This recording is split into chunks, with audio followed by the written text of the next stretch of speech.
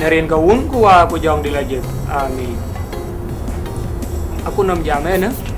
Aku nam de yu. Man che diar kwany. Diar le chen kan yali. Ku le chen kan yali. Ku pyo nyen kan yali. Ke chen yali ke yen. Ke run chi ga te ke. Aku ten che run bia de ke nim twen. Ayen wa kan yali long bia de ke cho wa cho te. Na kal kwan ka pir ka bia. Bu yung ka lui ku. Ko wa ya wu ke na to.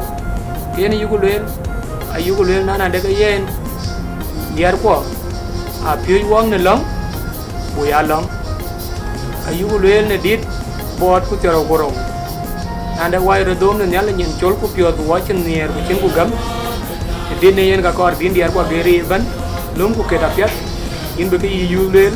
Aba yu tin. Yen lo ne. Ayu ku bai. Nyal. Chana go wa. Ni du ban wa chok hien. Kuring blog ban wa chok hien. Ben ke wel kwa lo. Bi ka lo ka yu ke chi koi dir kan ke to ban im tuen. Ke chi ka to. Ke ne yen ga yen wa ke ne loi.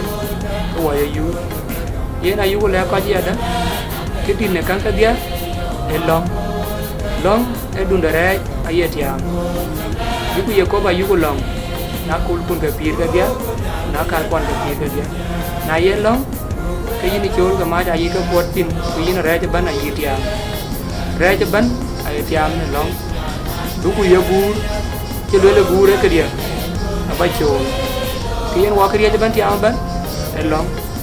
Yu ko long na kol ku du no ma ko le long. Na ta che. Kin yen nyali long. Tij nyali. Chan yin cho chu.